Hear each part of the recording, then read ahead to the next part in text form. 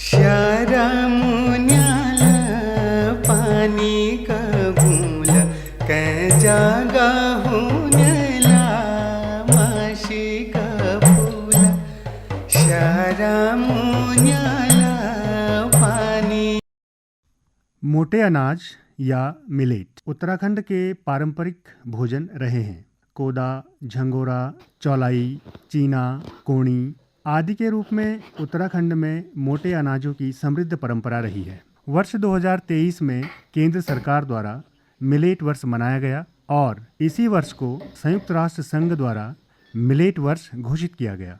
उत्तराखंड सरकार द्वारा मिलेट को प्रोत्साहित करने के लिए 2023 में श्री अन्न महोत्सव मनाया गया और उत्तराखंड के मिलेटों को एक नया ब्रांड नाम दिया गया जिसे श्री अन्न ब्रांड कहा गया। अब लोग मोटे अनाज को अपनी रसोई में सम्मिलित करने लगे हैं। उत्तराखंड का यह पारंपरिक भोजन उत्तराखंड ही नहीं देश की रसोई में महकने लगा है। मोटे अनाजों के औषधीय गुण व स्वास्थ्य संबंधी लाभ इसे लगातार प्रोत्साहित कर रहे हैं। कोदा और झंगोरा ऐसे मुख्य मिलेट हैं जो पारंपरिक भोजन होने के साथ साथ लगातार अपनी व्यावसायिक पहचान बनाते हुए स्थानीय लोगों के स्वरोजगार का माध्यम बन रहे हैं। मोटे अनाज फसल चक्र में सामान्यतः खरीफ की फसल के अंतर्गत आते हैं। इन्हें अधिक ताप और अधिक जल की आवश्यकता होती है। इनके बुआई का समय मई और जुलाई के मध्य है तथा इनकी कटाई सितंबर और अक्टूबर के बीच की जाती है। उत्तराखंड के सबसे प्रमुख मिलेट या मोटे अनाज में जिसका प्रमुखता से नाम लिया जाता है वो है कोदा।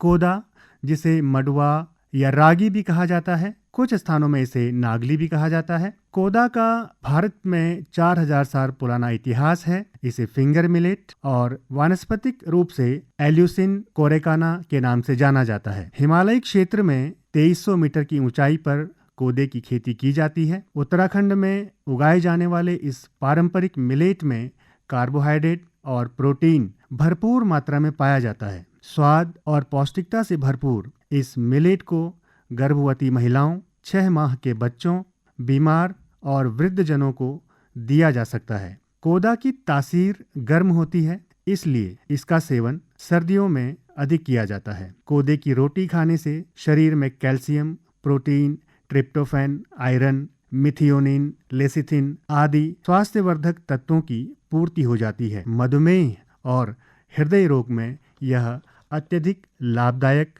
माना जाता है। कोदे का उपयोग रोटी, सूप, जूस, नमकीन, upma, dosa, cake, bread, chocolate, biscuit, chips एवं आयुर्वेदिक दवाएं बनाने में किया जाने लगा है, जिस कारण पारंपरिक भोजन होने के साथ साथ इसका व्यावसायिक महत्व भी लगातार बढ़ते जा रहा है। उत्तराखंड के मोटे अनाजों में दूसरा प्रमुख है झंगोरा। झंगोरा जिसे बार्नयार्ड सावा बाजरा, $1 बिलियन ग्रास कहा जाता है और वानस्पतिक रूप से इसे इचिनोक्लोवा फ्रोमेटोसिया नाम से जाना जाता है। झंगोरा protein, carbohydrate, phosphorus, zinc, iron, calcium से भरपूर एक पौष्टिक मिलेट है जो शरीर में ग्लूकोज की मात्रा को संतुलित बनाए रखता है। यह एक सुपाच्य भोजन है जिसका उपयोग व्रत के दौरान भी किया जाता है। इसे ग्लूटेन फ्री यानी कि मोटापा मुक्त अनाज भी कहा जाता है।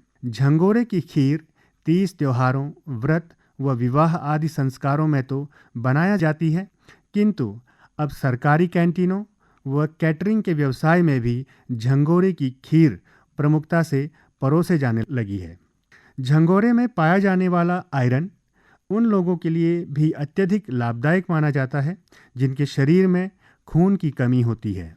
इसके अलावा जिन महिलाओं को मासिक धर्म या पीरियड्स के दौरान क्रैम्प्स और अधिक रक्तस्राव होता है, उन्हें भी झंगोरे के सेवन की सलाह दी जाती है। एक समय था जब झंगोरे को गरीबों का खाना कहा जाता था, किंतु अपने औषधीय गुणों, महत्व और स्वाद के कारण अब झंगोरा अमीरों का भी प्रिय भोजन बन गया है।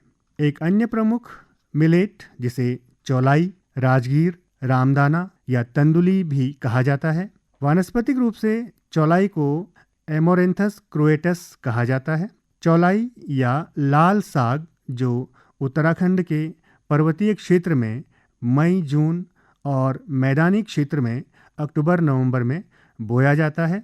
अर्थात चौलाई, रबी और खरीफ दोनों सीजनों में बोया जाने वाला मिलेट है। इसके जड़, पत्ती, फूल और दाने औषधीय गुणों से भरपूर हैं। इसके सेवन से वजन कंट्रोल में रहता है।